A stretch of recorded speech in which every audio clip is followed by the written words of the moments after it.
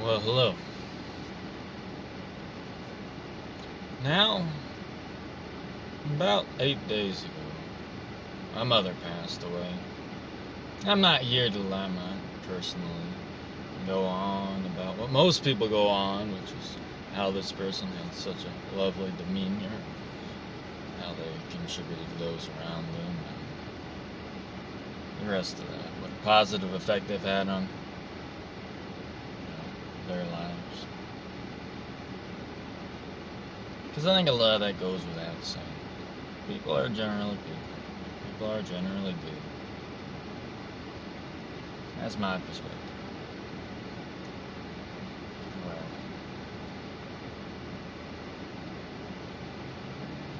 I'm actually here to challenge how we should relate to death and so to life. I know when these things happen, you want to go inside of yourself. You want to bounce ideas off the sides of your skull. How did other people react to this? How should I, based on the things I've seen in my life, react to death?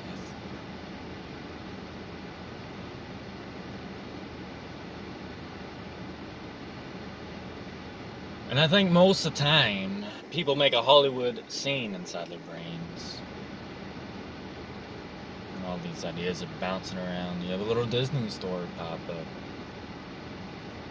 And that's how you start to think about death.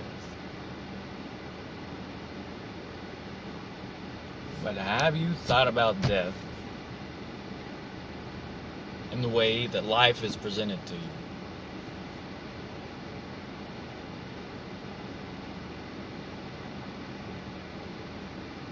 Have you thought about death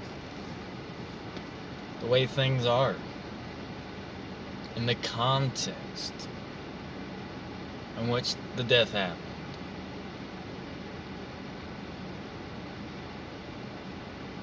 Now, my mother died a lot sooner than she should have.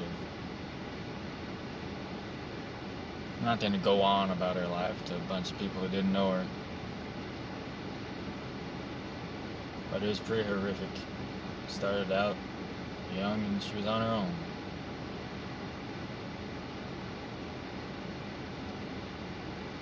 A lot of rough situations till she finally decided to settle down and have kids, and those were the best times of her life. It brought about the stability which she's never experienced before, and then she could start taking care of herself because she had to take care of other people, her children, and she realized that in order to do that, she herself must be in a good condition. It's the first time in her life she could really work on herself. You don't hear things like that very often, do you?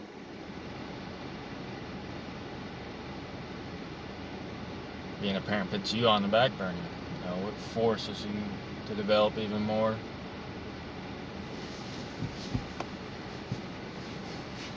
See, now my mom was always a bit of a traveler. Without having any appropriate cultural context in which she grew up in, she went to the sort of psychedelic culture, if you will. I was going to say heavy metal, but didn't have heavy metal back then. Heavy rock, Deadhead, things like that.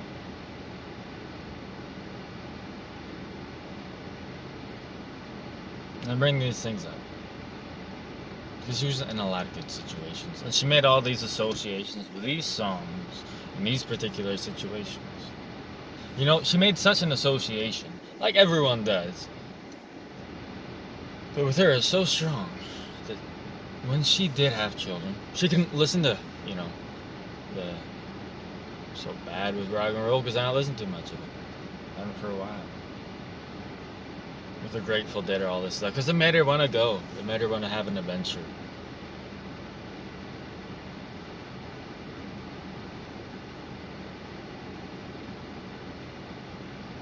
Now, one time she did have to do with another guy, and it led to a divorce.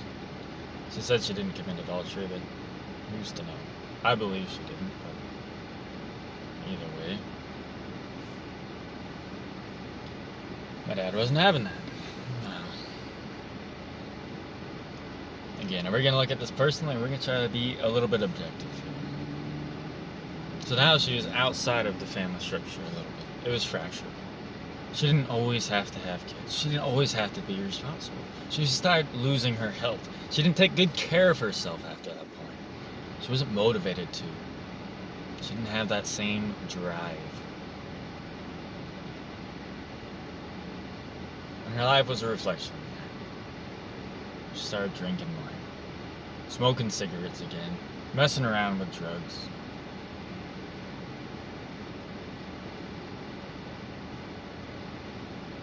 All in all, to cut the story short, she ended up dying a lot sooner because of that decision.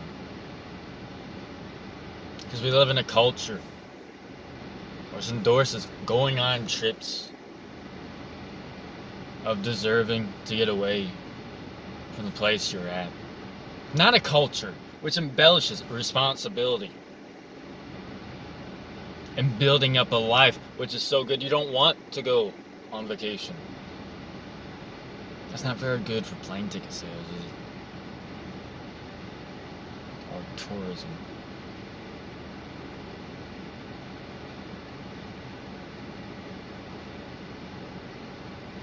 Well, anyway, she ended up with cancer. She was supposed to die 5 years from it. But she decided, these cancer treatments are killing me, doctors. I'm not going to do anything. They said, you had 3 weeks. 3 different specials. 5 years later, she dies. So that right there should be a little lesson for someone out there. Doing nothing. Not even changing your diet. Not stopping smoking. You'll live longer than if you listen to them. Alright. Now, me personally, this is tough for me to see. Because I've done a lot of research. And I've seen good results with people who choose to eat a meat diet. Who don't eat carbohydrates. Who don't eat many plants, if any. Having gotten rid of tumors in my own throat, I was confident in this approach. But the thing is, people don't relate anymore as people. Now it's the doctor's responsibility to fix your own mother. It's not your responsibility. See, and that's a little weird then when you have someone like me who's trying to navigate and personally get my mom to do something.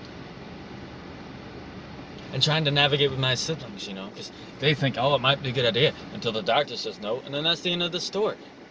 But when is it the doctor's responsibility to take care of our mother? But that's how it is in society these days. That's how it is in people's minds. Oh, doctor, what's doctor associated with? The authority to tell me what to do with my health. You know what I mean? We have these little cartoons in our heads. We need to break out of that type of thinking.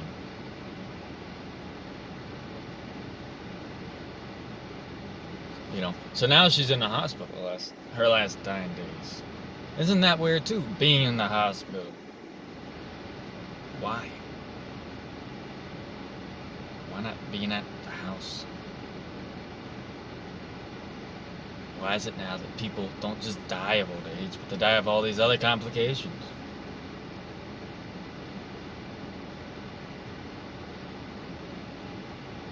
People's very dignity is being stripped away. And I think this is one very telling aspect in a way that it has been. So when it came down to that day, I didn't go to the hospital. Because I was too angry to. I mean, a lot of people might think you're supposed to be sad when someone's dying in your life. But it all depends on the situation.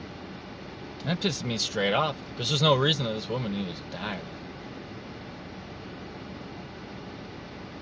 If I were to make this story in my head, try to romanticize it, Disneyify it like a lot of people do, I might arrive at different conclusions. I might feel different. I can't live in cartoon world anymore. So I decided not to go, because I realized other people still live in that world. I didn't want to disturb my siblings. Let them have whatever experience they can have. That's fine. Maybe it'll do them good. But the only thing that would have done me good is if I could have helped my mother live in truth. Living according to her design. Nothing else quite matters.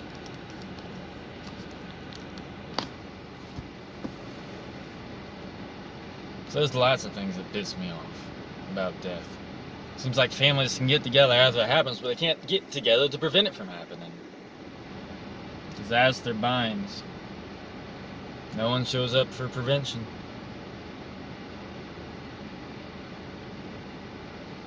You know, and I would have completely lost it.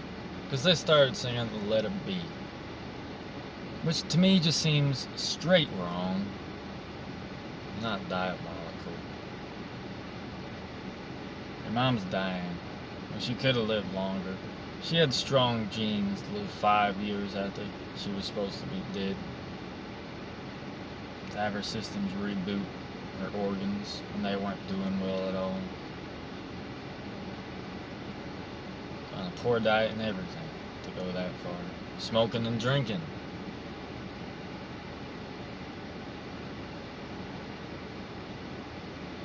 You know, so this whole idea of just letting it be. Like, this is supposed to happen. This is a box around life. You know, stamp it, put a date on it, and let it be. You know, maybe put it on a scrapbook or something. Now, I don't know if anyone out there has had a death like this in their family, somewhat similar. But I don't think my experiences are novel. I think this thing is getting all too common. You know, it's all just hands off. You know, what can we do as people? We can't do anything, you know, it's just God's will. If there's something to do, the doctor would do it. You know what I mean, right? Excuse me. Taking a drinking. No, I really haven't.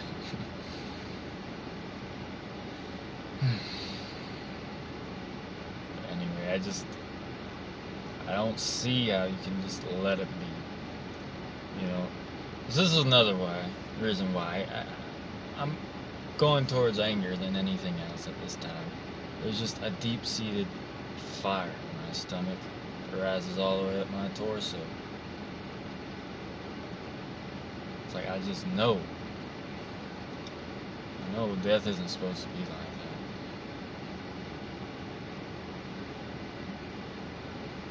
that. I know that I can't pretend that the family isn't fractured like a lot of people do. Oh, because we got together, you know, when she was dying, that means that we're on decent terms. No. That she's dying is a reflection of us, that we can help her. And that's a reflection I don't like to bear. You know, we also have this idea that we can't hold other people to our standards.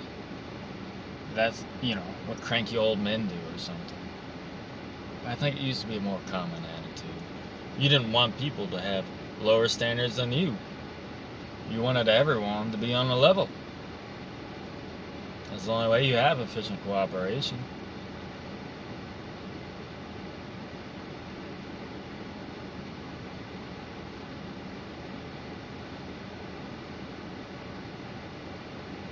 So I'm just bugged silly over this.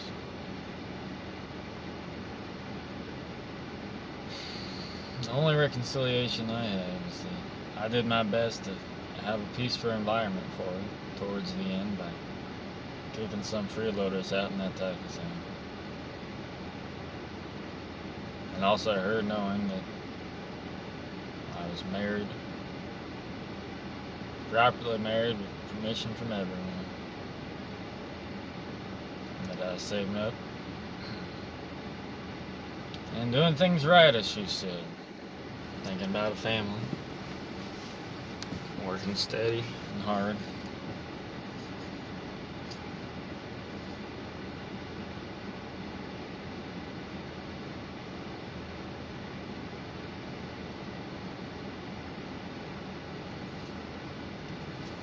And something is a bit personal with me.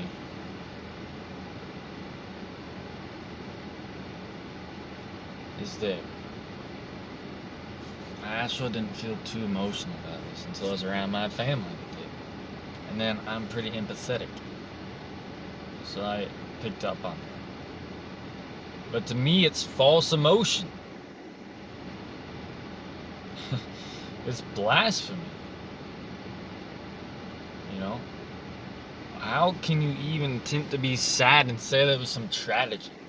That excludes personal responsibility at all.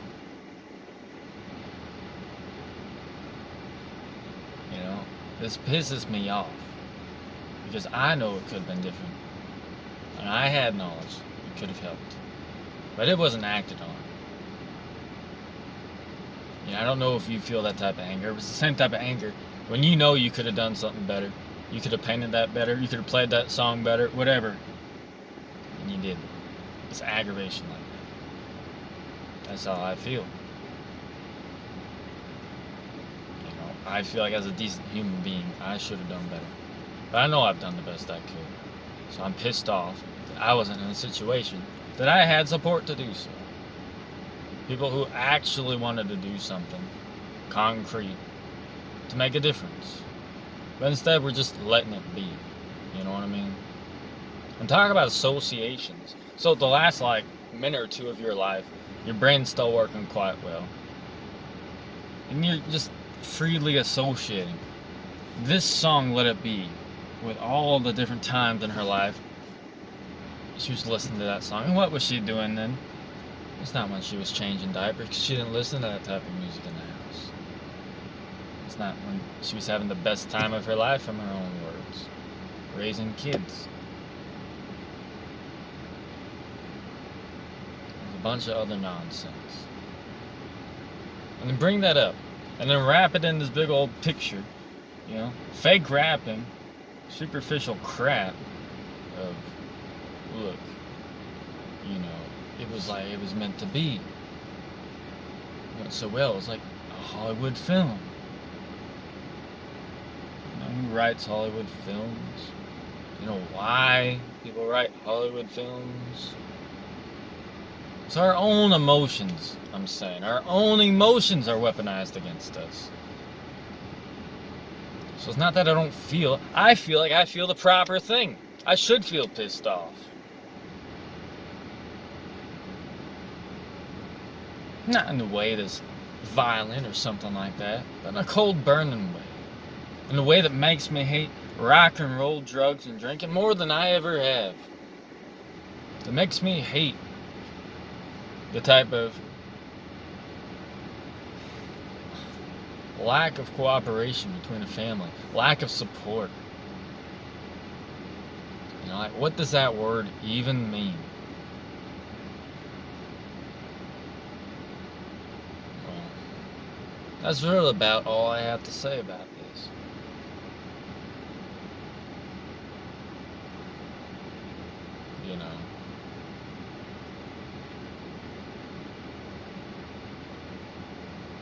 It's just, sometimes I feel like I'm living in a different type of world. Where, I see the currents behind the music. I see the effect of divorce. Both on kids and on longevity of the people involved in it. I see how all this splitting up led to the banks getting 2 homes they shouldn't have got. And, my father still being in debt. These values support Western society for a reason. And it's not just an emotional reason. It's not a fuzzy reason. It's not a personal preference. It's very real economic reasons and biological reasons. So, life and death, how do we think about them? I don't even know how anyone thinks about life. Maybe we just live how we want to. Maybe we can just eat what we want to. Maybe we can just think whatever way we want to, and it'll be right. But I don't believe that. I believe there's a structure. There's a structure in the body. There's a structure in the world. There's a structure in the family. And when there isn't, this is the type of thing that happens. When you break down, you're literally breaking down the life force between cells, between people. And that's the type of thing that bugs me. So it's not just me relating to my family, my siblings. It's the very bedrock of the world I live in, and it's crumbling. Well, I I just hope there's other people out there that want to build like I do. And they know where to start.